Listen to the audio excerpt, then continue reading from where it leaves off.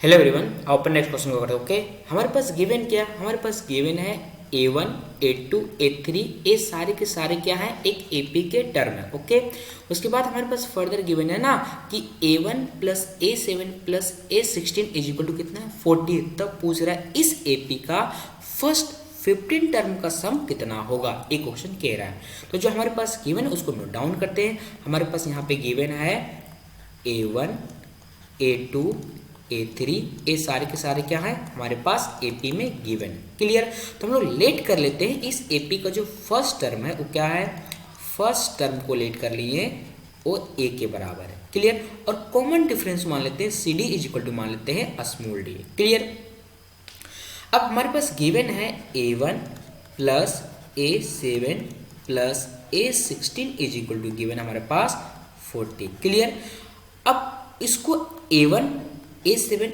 और A16 का value लिखने से पहले आपको एक छोटा सा कॉन्सेप्ट पता होना चाहिए AP के लिए।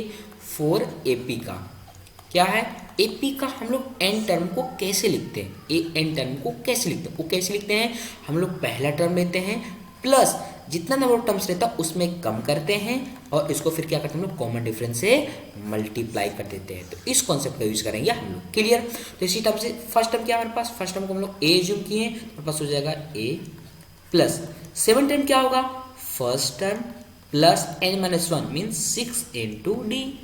सिमिलरली हमारे पास 16 टर्म क्या हो जाएगा, first term plus 15d is equal to हमारे पास कितना हो जाएगा 40। पल्ले पड़ा, हम लोग इसको ऐड करते हैं तो हमारे पास बनेगा 3a plus 21d is equal to 40। Clear, तब हम लोग यहाँ पे क्या करते हैं ना, यहाँ से 3 को कॉमन निकाल देता हूँ, हमारे पास क्या बन जाएगा, यहाँ पे 3 कॉमन निकालेंगे तो बनेगा a plus 7d is equal to 40। अब इस 3 को इधर डिवाइड कर देते हैं तो हमारे पास बन जाएगा यहाँ पे a plus 7d is equal to 40 divide by 3। Clear, ये हमारे पास बन गया। अब अपन को जो निकालना है उसको लेके चलते हैं। अपन को निकालना है फर्स्ट 15 टर्म का सम। क्लियर, फर्स्ट 15 टर्म का हमको सम निकालना है, means n is equal to कितना हमारे पास, n is equal to 15। First हमारे पास a है और कॉमन डिफरेंस हमारे पास d है।